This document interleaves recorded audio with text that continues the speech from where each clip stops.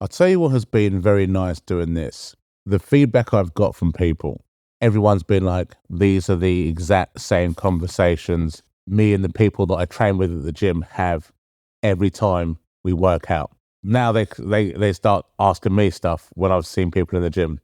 Oh, really? Yeah, because they've seen the clips, and it's just made their own scenarios, and then start telling me stories and going, "What would you do?"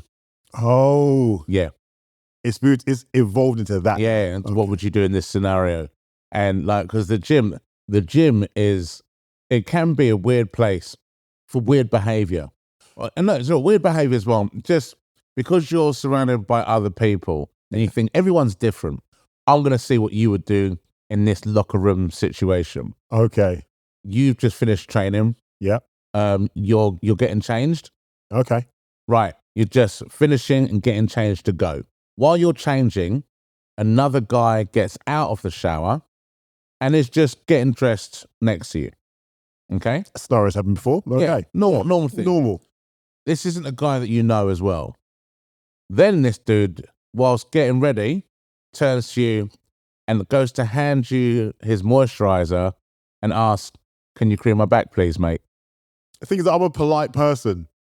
So most people will be like, I want to, but it's lotion, dude. Do you know what the thing is as well? Because it is a very English thing that English people are polite and you don't want to, like... I don't want to be rude, but at the same time, it's moisturizer. Yeah. You might as well... I just don't know him. I don't care if I know you or not. Having someone do your back. It's intimate. It is quite intimate. Part of me would want to do it just to make sure. Part of me would want to do it to see if I can make him feel more awkward than I would feel. So I would massage it into his shoulders. He's not feeling awkward. He asked you butt naked to cream his back.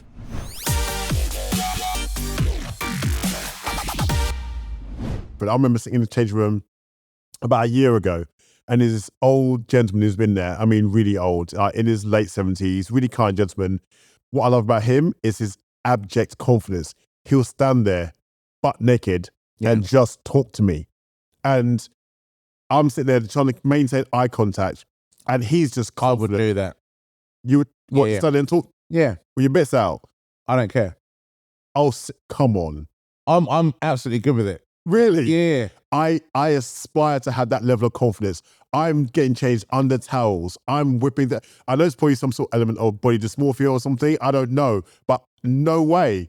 My pants are going on straight away. You talk to me. I'm like, hold on a second. No. You're standing there butt naked. Yeah. Like, because I now know that would bother you, I'm Superman posing it as well. Oh. Hands in your hips. Hands on the hips. Just brazen. Yeah. Just straight up conversation. Especially with a comedy brain, because I see the funny and everything. Yeah. Things don't really bother me anymore. And I remember when I was in Austria, we were doing this show. Austria is the saunas, they're naked saunas. And I was like, yeah, cool. So I go down to the sauna and I'm in my towel. I've got in the sauna, I've sat down, and I'm the only one in the sauna. So for the first 5 minutes, it was a lovely sauna. It felt like my own private sauna. Then this old dude came in. And I say old, we're talking, I would have guessed mid-60s. Okay. And he walked in and took his towel off and hung it up. Now, when I went in there, I'm like just sitting in my towel, relatively still covered. This guy walked in, took his towel off and hung it up. And then he turned around and I saw why he was able to do that with that much confidence. Dude. Okay. He was packing. Packing's not the word, man. I was like, there's no way you can sustain that without passing out. That is too much blood flow. At your age, young man. Have you ever heard of the phrase, baby's arm holding an apple? Yeah. And to the point that I now can't stop looking at it. And he sat on the other side. And I was like, in my mind, I'm going, I know I should look away. Hypnotic. Yeah. And then literally 2 other people came in and it just turned into 3 of us just sat there staring at this dude's penis for the whole length of it, for the whole length of the time we were in the sauna. And I don't get like, how, And I heard they call him white chocolate. dude. He was moving it from leg to leg, Oh, like not just readjust yourself, just it's on that thigh, just put it on that thigh. See the level of confidence that he must have had throughout his whole life. If you're rocking that, If you're rocking he was that. in good shape as well. He weren't like some old fat dude. No. He was in good shape, and I was like, you just that is, of course, He's allowed to wear grey tracksuit bottoms whenever he wants to. yeah. It was ridiculous. See, I honestly, no one ever lie. I'm jealous of that level of confidence. I'm jealous of people. They have naked saunas in Austria. Yeah, a lot of countries. A lot of countries do. Do you think that could work over here in the UK? Or do you think they'd be out? Well, bearing in mind we have an obesity epidemic. 'Cause I'm trying to see the correlation between body confidence and having to be naked. You know how people get themselves in shape before they go on the beach? Do you think there might be some sort of link? So I think body confidence is something different to obesity. Absolutely.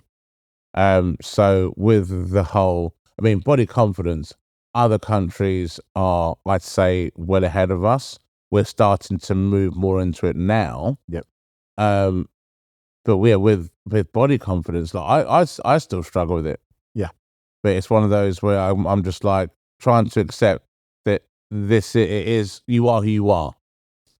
And even if you're working to change something, even if you're content with where you sit, you are who you are. Absolutely.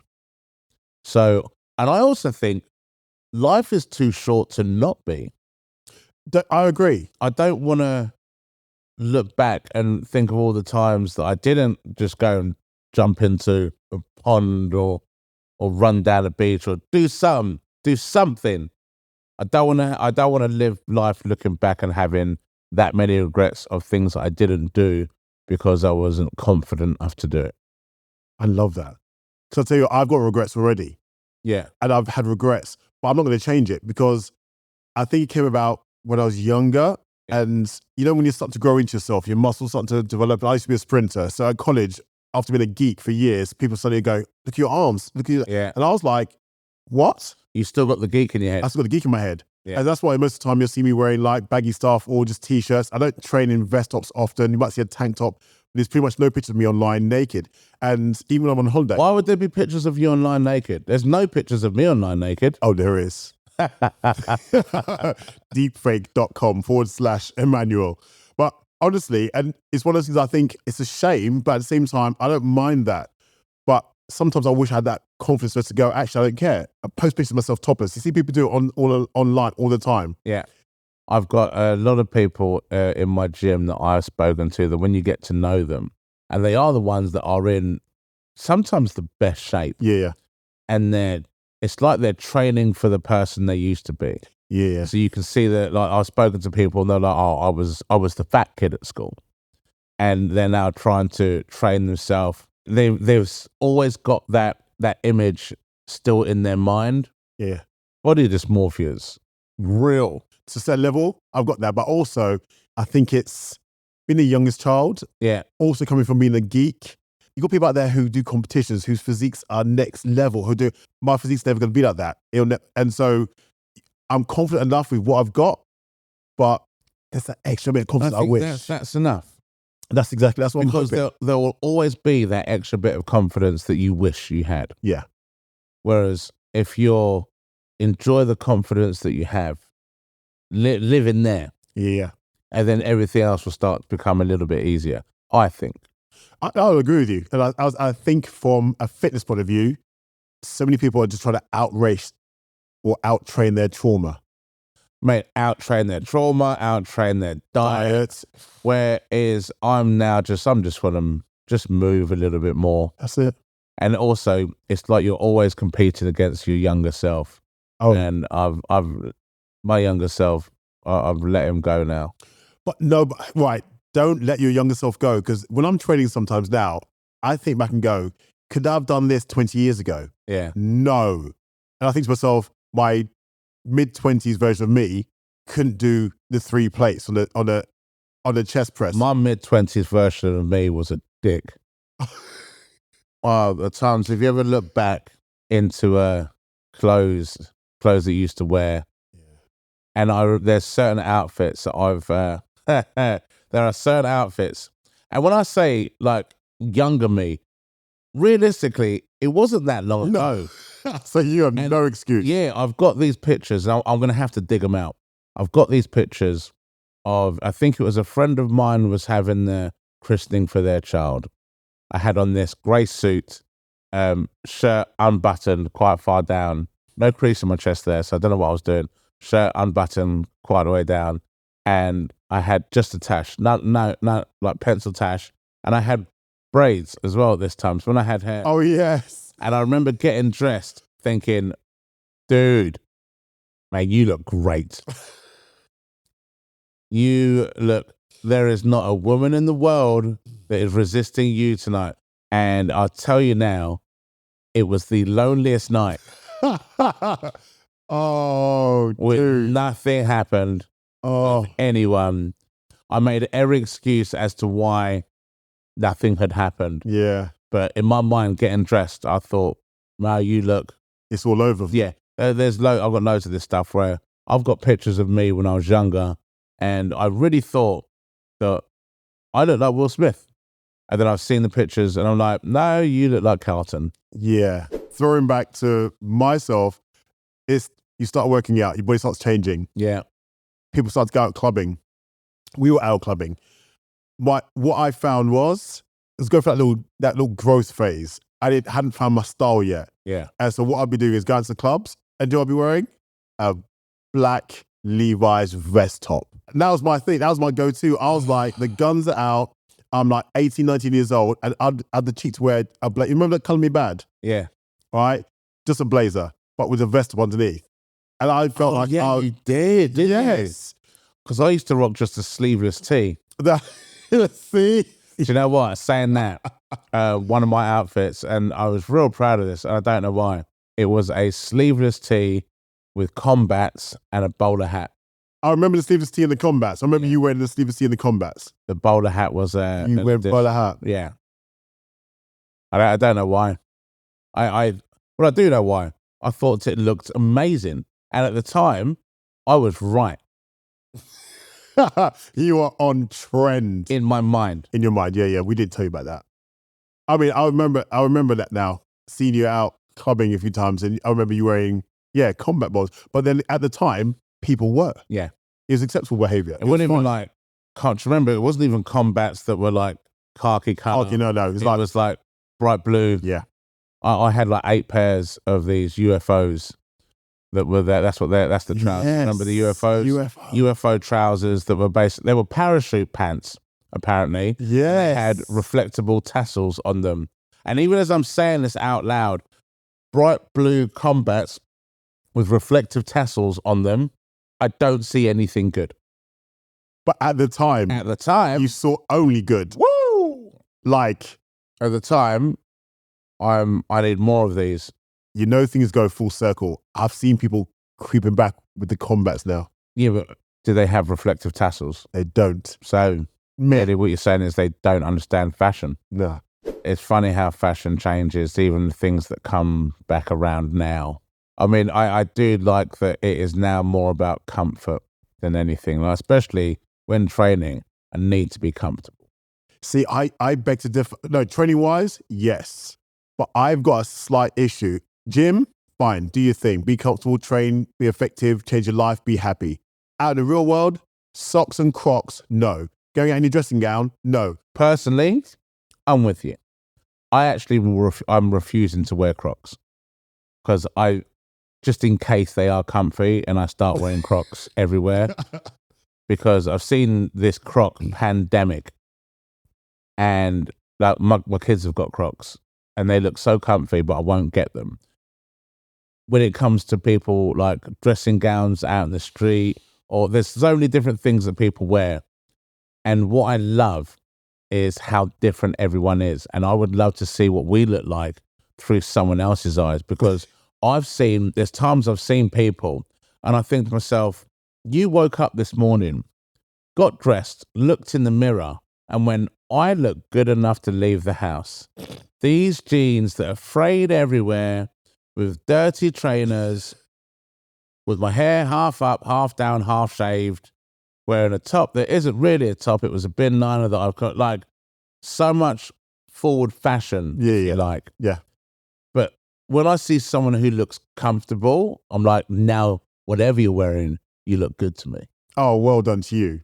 I imagine they've done the same thing when I've walked past and I've gone, those skinny jeans aren't for him. What is he doing? What's he doing with those skinny jeans? Yeah. And those calves? Yeah. Oh, man has calves. It's like people that wear, okay, so here's a question for you. Loafers, yeah. Yeah. Socks or no socks? No socks. You see? And there's people that will go, that's nasty. No. I mean, and if it's socks, it's those like trainer The socks. invisible the ones, invisible you can't ones. see, yeah. No. If you go loafers, Yeah. no. Personally, no socks. See, I'm with you, no socks. Okay. But then there's a lot of people that go, that's nasty. I know. And there's some serious fashionistas out there who can pull off socks and loafers. I think that's the key. I think it's what you're able to pull off. Pull off. Absolutely. Because Totally. there's so many outfits I've seen from people when you go, that works on you. Oh my. No one else is rocking that outfit. Do you remember the old days? I mean, way back in the day, people used to say blue and green should never be seen. Do you remember that? Yeah. Right? Then I heard it evolved into blue and green should never be seen unless there's something in between. I mean, the fact that it rhymes Right. makes it sound plausible. It does. I was like, that makes sense. Anything that rhymes, you think going out. Do you remember the whole, 5 and drive? Oh, yeah. I only have 5 drinks and then, yeah, you call to drive. Oh. Was that even a thing? Or was that just 5 and drive, mate? 5 and drive? 5 and drive, stay alive. As soon as I put anything into a rhyme, it just makes sense. Confidence. I mean, confidence. Confidence is key for a lot of things. It's amazing how your brain works, especially when you're training. Yeah. So last week I was away, I was on the road, I was in Bath, and I always just find whichever the closest pure gym is when I'm on the road. If they haven't got one, then I'll just find a gym. And I was in this gym, and the benches were different to mine. It was the bench that when you put it on the incline, it naturally brings the bottom of the seat up as well. Yes. I don't like that because I need if I've got like 50s on my knees, so I'm doing a shoulder press, dumbbell shoulder press, I've got my 50s, and that first kick up on both sides. Yeah. Because the angle was different and now I haven't got the same motion of leverage, I went to kick it up and it was not happening. I just couldn't get it high enough to get under the weight, and it just ruined my confidence of that exercise. And even when I got back to my gym, it was like, can I even do this weight? It becomes a mental thing. It becomes a mental thing. Yeah, it really, it definitely does. That's another good thing about, you think, like having a good PT that will give you the confidence that you can do it. Because a lot of the time, I think like form plays a big part. Yeah. Like I've seen people, have you ever seen someone who doesn't breathe when they're pressing something heavy, for example? You think on a flat bench, I breathe in, on the way down, breathe out on the way up. Exhale. And when I see people holding their breath, you're just starving the muscle of oxygen. And your brain. Yeah. I just think to myself, your blood pressure must be off the chart. Yeah. The amount of times I have to say to my clients, breathe. And they go, oh yeah. Yeah. People instinctively brace. And unfortunately, they tend to hold their breath when they brace, which I get. But yeah, I've seen those people, veins pop out in front of their heads. Yeah. Veins pop on the side of their heads. And I'm like, breathe. Yeah. It's okay. I watched a guy literally only last night in a gym, young guy, and he's very young. And he's like, I'm going for the 40s. Okay? Dumbbells. 40 kilogram dumbbells, yeah. What exercise is he doing? Chest press, flat chest press. Okay. He kicks it back. He then pushes it up for that reset position, and he's shaking just to get up to that first. He gets to the top. Yeah. And then he screams and drops it from there and gets up. So you did 1 rep. Right. I went straight to the comments, and the comment section did not let me down. People were like, it's a video. It was a video, yeah. Right. So it wasn't live. And the comment section, bless him, he needs to take it down. They've ripped him to shreds, same as you did, not 1 rep. Okay. Yeah. People were like, why is he screaming? The people in the gym around him all looked, thinking, oh, he got it up, screamed at the top like success, and then dropped it from a great height. So my question to you is, are you a grunter or a screamer? All right. It depends on, I like to think I'm a grunter because I'm normally breathing that way where you will let the noise out as you breathe. Okay. But I also know that there are times, depending on how tired I've been, that I've been an accidental screamer. And it has been the most embarrassing noise to ever come out my face. And it's happened more than once. Oh, no. Where you're just, I was on the, it was a flat bench, but it was the plate loaded flat bench. Yeah. And we'd got up quite high and I was so tired at this point. And I'm trying to get that last couple of reps out. And I actually went to make a grunt to get that last, I prepped myself. I was like, right, you're going to be like, to get that grunt out. But when I did it, it was literally, and it was loud enough that everyone looked round and my friends are just falling about themselves laughing. I've got people giving me the weirdest looks. And I was like, there's nothing. Like this? Yeah, no, real judgment. Like, it was bad. So I like to think I'm a grunt. But then when you're so tired, dude, sometimes the accidental noises fall out of your face. I'd rather you just shut yourself or farted. Yeah. Don't scream in the gym, dude. Oh, God. Please don't. I don't know what do you think is worse, that accidental scream or a loud fart that you didn't control? Oh, because you know them ones where you're squatting. Oh, I'll tell you when I found it, doing a deadlift. You're deadlifting a big weight, yeah, and you've got no control over that part. It will just literally fall out of you. No, I beg to differ. I clamp up hard. Hell, because dude, I've been working on my pelvic floor for years. No, because I know if I let it out, then I'm pebble dashing quite potentially. Well, we're at an age now where it is more of a risk. Dude. So you can do that in your 20s and you go, oh, I'm fine. Yeah. But when I do a leg day, I go to the toilet beforehand and I'm waiting there until something's coming out. Oh, well done you. Because I'm not taking that risk. Yeah, I'm not wearing light coloured pants for a leg day. That's why I wear leggings. It hasn't happened, but I'm now paranoid that it might. But which would you rather? An uncontrollable scream that embarrasses you in front of everyone, or a uncontrollable fart on a deadlift that you can't control? I want to go with the scream, because it's a scream, it's a noise. The worry for me is I do a deadlift and I fart, and you follow through. There's a worry, there's a follow through, and you can't ever come back from that. You'd have to cancel your membership there and then. Like, walk to the reception and just say, it's been a pleasure. I need a new gym. So you mentioned about the fact that we both lift heavy. Yeah. We both train hard. Yeah. Okay, we both mix up as well. Yeah, I mean, I know about your routine with your cardio, but you also know that I teach group fitness. Yeah. So, group fitness, to you, do you do it? Never done it. Not once. Now, what do you think group fitness is? So my first experience with group fitness was somebody asking me if I wanted to go and do the insanity workout.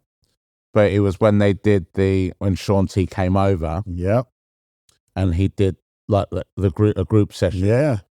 And I was like, absolutely not. But I think it's more of the fact that I don't like a lot of people. Okay. And the thought of being around that many, especially like being a bouncer, I'm not great now in situations with a lot of people. I mean, you do know that you're a comedian. Yeah. You do know you're on stage. I'm on a stage. Okay. I'm on a stage and it's an audience. So your mentality changes. There's an audience. I love them. Good point. But when I'm off stage and I'm in a club environment or that sort of environment that I may have worked in, because I've done security for venues like that. And when there's a lot of people, I now become hyper aware of everything and you start looking for the bad. That's the problem. Oh, okay. So if I'm in a club now, I'm constantly looking for the bad because that's what my brain is conditioned to. Absolutely. So some of these group exercises, there's so many people there. And I'm like, that's a lot of people. That's a lot of sweat in a confined space where people might step on my trainers. I can't have it. There's no, like, I see, well, if you're doing something like a spin class, Yeah. it's regimented, there's separate spaces, which I still wouldn't do because it's a spin class. But I think all of those, it's just, I'd say each to their own. Yeah. Group fitness is just not for me. Okay. When I watch people do it, I'm like, it looks great. Yeah. Especially those like routine ones where you see people doing the step classes on the box. That looks cool. I'm still not going to do it. Okay. So I'm going to throw out a few group fitness concepts. I want to hear yes or no. Would you try it? Okay. So Go.